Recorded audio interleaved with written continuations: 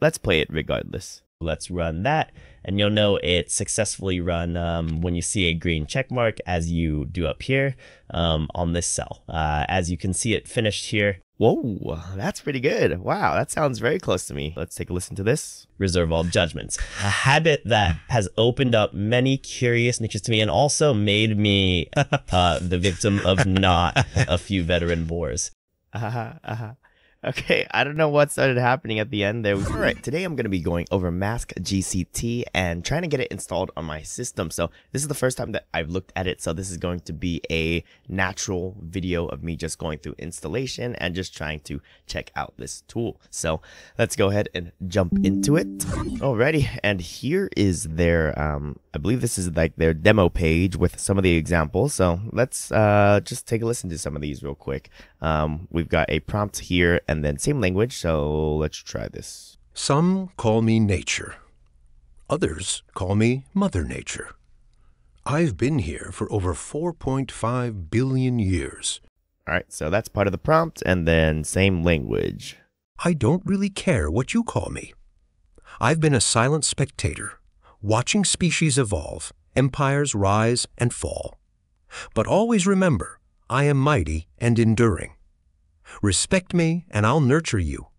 Ignore me, and you shall face the consequences. Okay, so there we go. Not too bad. And they've got plenty of more examples, but I'm not too focused on that at the current moment. I just want to try to get it installed on my computer and see what we can do locally. So this is going to be linked in the description below if you're interested in it. And for me, I'm going to now try to find, here we go, here's their GitHub page and get this installed. So let's just run through their instructions and see what we got. All right, clone the repository and install the environment. Run the Jupyter Notebook Gradio interface. All right, we'll go with this partial clone here instead of full clone. So let's open up a new file explorer here. So let's open terminal. All right, we'll do side by side, and then since okay, git clone this only. All right, cd amphion sparse checkout. Okay, MaskGCT. Check out main. All right, so this is going to download and get sparse checkout. Okay, so I think that is all that we might need for that. Here, I'm gonna put this on the left side, and then because my face is probably gonna be in the bottom right corner of the screen, so let's now look at the other parts. Install the environment. So we need eSpeak. I already have eSpeak on my computer, so I can skip that. Now we're gonna need to install the environment. All right, I guess we'll do Python 3.10. And if you're wondering how you get eSpeak installed for Windows, there are some instructions here that you can check out. And then for this GitHub page, Phonemizer, you'd want to add, here we go, you would add it to your path like this. And this is how I got it running on my computer. So I'll close out of those. And then now let's just activate my virtual environment. And then we'll install these requirements. So let's do that. All right, everything is done and installed. And I just want to check Torch real quick. Pip show Torch just to see if it's got CUDA installed with it, and it doesn't. So we're gonna do we're gonna figure out or find that version of PyTorch and get that installed with CUDA so that it uses my GPU. So that's just from my experience with using PyTorch is if you try to install it that way, then most likely you won't be able to get it with CUDA installed initially. So here we are on PyTorch, and we need 2.01. So here we go. We'll do 11.8 as that's the only version of CUDA that 2.01 allows. And we'll go and install that. So let's see. Wait, hold on. It's pip show torch. All right, I gotta do pip uninstall torch. All right, yes. And then we'll paste that in there. Alrighty, so we'll be back after this. Okay, that is done. So CLS And that should be all we need. So let's try this out here. Python run the Gradio demo. And if there's anything else here, if you do not want to use Jupyter Notebook. Okay, so here we go. We are running into errors already. So let's see what we've got. All right, after reading several GitHub issues, there are a couple ways that I think I'm going to move forward. So the first thing we're going to try is solve this umbrella issue. So we're going to follow the instructions here where it says umbrella DLL errors and download these umbrella files. But I wanted to see maybe where they got them from. So I found this repository, which leads me to here, a release. So we're going to download this. All right, and get that saved. You're going to extract all and then take a look at what's inside of here. So Windows 64, debug. All right, so we need these two files, I believe, DLL and exe. Copy these. All right, and then I navigate to where my eSpeak is located. Usually it's local program files, eSpeak NG. And then it's they say eSpeak command line. So all right, let's create a new folder called command line. Paste these files into here, and I might need to check out this, which I also have opened up, but just gonna try to run this now, see what we get. All right, still cannot load the umbrella DLL file. All right, let's try to actually just put these inside of the root directory of Amphion and try this out. See if we get that DLL error. Okay, looks like the DLL error is gone and cannot find the specified umbrella voice file. Cool, we're making progress. All right, so moving to a different way of figuring this out, we're gonna jump into VS Code and start stepping through some code. And this is normally how I figure out how to make things run on Windows, as I have to figure out what exactly is going wrong. So I'm going to add a new configuration for Python debugger, and I'm going to change this to just my code false so that I can start to debug in other code. And then for this, I need to go into models, TTS, and then what I was trying to launch was, I believe, this Gradio demo. So going to double check real quick that it was indeed this Gradio demo. Yes. All right, so change my environment, venv, and we'll start running. So we should run into an error, and that'll tell us where we are getting the error. And actually, since I am running it from inside of the folder, I can do two things. I can change the way these imports work, or I can move the Gradio demo out of it into the root directory. So I'm just gonna copy the Gradio demo into the root directory, and then let's try to rerun that now. So it should have the correct path to these, as you can now see models inside of the file browser here. So here we go. Okay, so inside of eSpeak backend, seems like the eSpeak library, we are running into an error.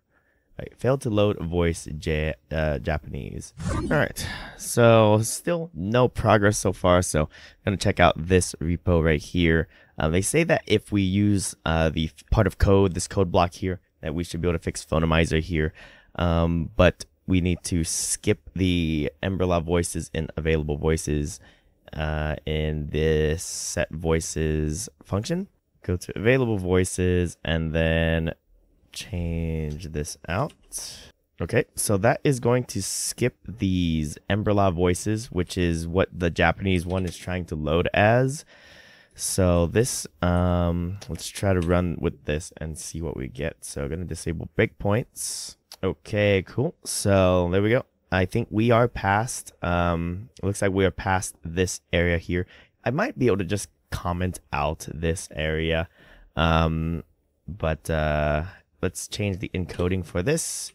Encoding equals UTF-8. All right, let's rerun the Gradio demo.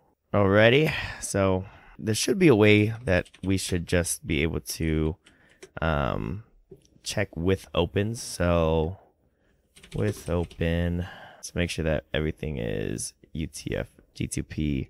All right, so I'm just gonna keep running this until we get those encoding issues and just fixing each line, and then we'll get through it eventually. Looks like we got through all of them actually. So there are 3 different lines that have to be changed to UTF-8. This phonemizer, we can probably just skip this one if that's the case, because I don't know if we're gonna need it. But in any case, that's what this is doing. That's skipping all of the Emberla voices. So we'll wait for this to finish downloading, and then we should be good to go. Alrighty, there we go. So what we need to do is remove those Emberla voices from Phonemizer, and then we need to add UTF-8 for some of the encoding for loading some of the tokenizer or text files in here. And it now is able to be launched at this URL. So that installation will probably make Phonemizer a little hectic, but yeah, that's where you would need to edit it inside of the library. And I probably could make a little patch and allow that for you guys to install, but I don't know if I'm going to be doing that for this text-to-speech engine. All right, so here we are. Let's try it out. I'm going to do me first, and let's take a listen. So let's run that, and you'll know it's successfully run when you see a green check mark, as you do up here on this cell. As you can see, it finished here already. And then I just need to make a transcription of that. So let me do that real quick. All right, got a transcription there. And then target duration.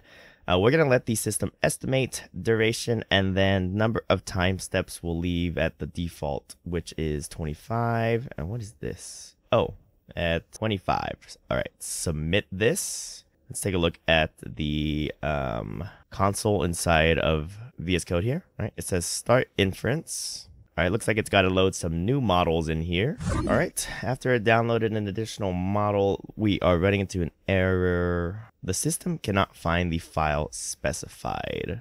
I wonder if this is an FFmpeg error. Ah, it might be FFmpeg. I messed up some of my environment variables earlier. Let me get this into my path real quick. Okay, this was such a strange fix, but it wasn't seeing my FFmpeg in my environment variables until I actually just reopened some type of code browser from the terminal like this. So after I did this, it can now see my FFmpeg has been updated, and you can see I've got it here. So that should resolve that Windows cannot find this file error. So let's rerun this Gradio demo. All right, and then we'll resubmit this request here. So here we go. Start inference, audio loaded. Alrighty, and it saves the output here, and that might be it. So we can head back here.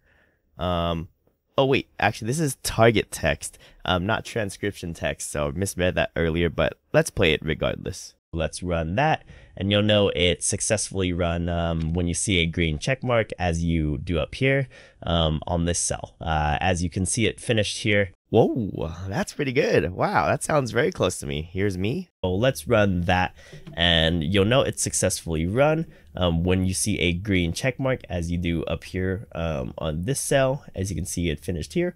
And then we'll play MaskGCT one more time. Let's run that, and you'll know it's successfully run when you see a green check mark, as you do up here on this cell. As you can see, it finished here. That's pretty good. Wow. All right. Okay, let's try out with some other samples here. And we've got Melina. It's a classic. Here's the sample. Further till the foot of the earth tree, and the accord. And then I'll just submit it with the sentence that I was saying down here. All right, so about 6 seconds to process 14 seconds of audio. Now let's take a listen. Let's run that, and you'll know it's successfully run. When you see a green check mark, as you do up here, on this cell, as you can see, it finished here. Okay, so not too bad. Now let's try it on an LJ speech sample. And it is worth mention in passing that as an example of fine typography. All right, let's submit that, see what we get out of it. So we're aiming about 6 seconds for inference here, 4090.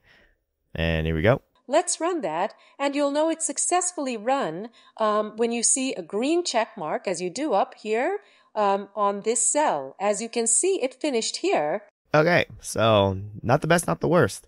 Now let's try out some Great Gatsby. Apparently we can do longer text with it. So let me try this long sentence here from the Great Gatsby. Let's throw that in there. And I want to use my voice. And I want to use my voice here. So that same sentence. And we'll submit the sample. And just to see the task manager.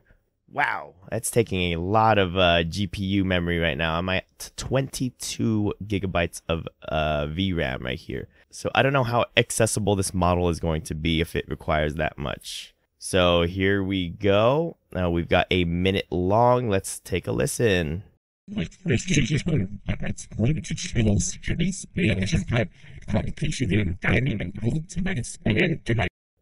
Okay, so I don't know when I turned into Darth Vader, but this is a longer sample, and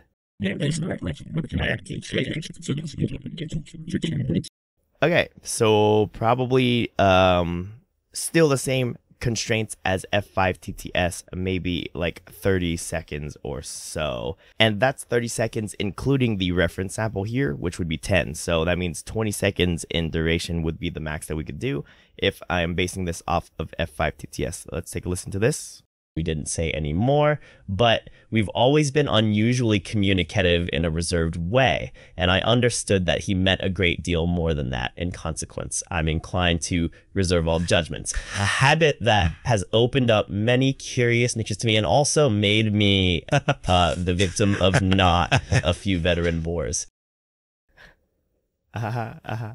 Okay, I don't know what started happening at the end there. We started getting a little bit of a laughter injected into there. Perhaps because we were going at 21 here, but maybe if it was like 18, it would be a little bit better, because I think that's where we started getting it. Let's see. The victim of not a few. Yeah, like that 17 point is where we start getting the laughter here, which is a little creepy, but that would mean, yeah, about the same constraint as F5 TTS. I don't know where I heard that this could do like minute-long speech, but I recall somebody said that. So yeah, let me try to do this with a emotional text, so to speak. I'll grab a Ravdes sample. All right, we've got a kids are talking by the door one. Kids are talking by the door. All right, let's take a listen. He didn't say any more. But we've always been unusually communicative, meant a reserved way. Now it's starting to sound pretty bad, so let me cut out the additional silences here. Trim, and then I'll submit that. Because yeah, it gave me a 34-second output right there, which we just observed earlier isn't too good with the model. So that's possibly due to the target duration being estimated. So let's take a listen now. He didn't say any more, but we've always been unusually communicative in a reserved way, and I understood that he meant a great deal more than that. In consequence, I'm inclined to reserve all judgments, a habit that has opened up many curious natures to me, and also made me the victim of not a few veteran bores. Alrighty, so there we go. It didn't sound too angry, so let me try maybe different text. Let's do like, I can't believe that there is text-to-speech out there that is so expressive and can be ran locally nowadays. Let's submit that and then take a listen. I can't believe that there is text-to-speech out there that is so expressive and can be ran locally nowadays. All right, I wouldn't say that's particularly angry, so let me try with one more sample. All right, we've got this one. We'll trim. Let's take a listen. Kids are talking by the door! All right, that one's much more angry. We'll submit, and then we'll listen. Oh, I can't believe that there is text-to-speech out there that is so expressive and can be ran locally nowadays. Okay, so I don't know. It seems to be breaking down a little bit with this sample. Obviously, I'm not testing it too thoroughly right now, but my initial impressions with F5TTS was that it was better than this. So maybe I'm doing something wrong here. Let me bring this into F5TTS real quick. All right, let's drag that previous sample into here and trim this properly. All right. Kids are talking by the door! And then we've got the same text here. We're going to use F5TTS. Advanced settings. We'll leave this blank. Or I don't want to download Whisper to transcribe it, so I'm just going to transcribe it myself. Kids are talking by the door. All right. We'll synthesize with that. There we go. And let's take a listen. I can't believe that there is text-to-speech out there that is so expressive and can be ran locally nowadays. Alrighty, so looks like it's the same, I would say, between F5TTS and then MaskGCT for this sample. So it seems to be breaking down with this angry expression, and that's unfortunate. So MaskGCT in this case is not worse than F5TTS. It's just the reference sample that we are using. So yeah, I think I'm going to leave that here for MaskGCT. Just some opinions on it. I do think MaskGCT is a little bit harder to install. It's not as straightforward as F5TTS is. However, I will point you guys to this other repository that I found. I didn't get to test it though, from Justin John, where it says MaskGCT Windows. That will probably be easier for you to set up if you want to try this on your own device. So recommend just running through this and seeing how that goes for you. Justin John actually did some stuff with Sovit's SVC for way back when, if you guys remember, like a couple years ago or a year ago, which is another speech-to-speech type of program similar to RVC. So my guess is that this should work. But for quality-wise, I think I'm going to put MaskGCT on initial impressions on the same level as F5TTS. I do think both are good. They both blast through pronunciation, it seems like, especially on longer text. So for pronunciation or for like periods and commas, they just blast right through them without any pauses, which could be an issue. But I think I would still recommend F5TTS over trying to get MaskGCT installed. I think there's just much more work around F5TTS right now, and the community is more focused on F5TTS. So just keeping up with that repository, I think, is going to be a little bit easier for most people. All right, so those are my first impressions of MaskGCT, and I went through it pretty fast, but I don't think I'm going to be doing too much more with it. I do think it's kind of similar to F5TTS, so I'm just going to leave it at that. But if anyone has any blaring examples of the difference between F5TTS and MaskGCT, I'd love to hear it. So please share those with me if my conclusion is incorrect here, and I'll take a look back at it again. All right, but that's going to be it. And once again, thanks to all the members of the channel for supporting me. Very much appreciated, and I'll see you guys later.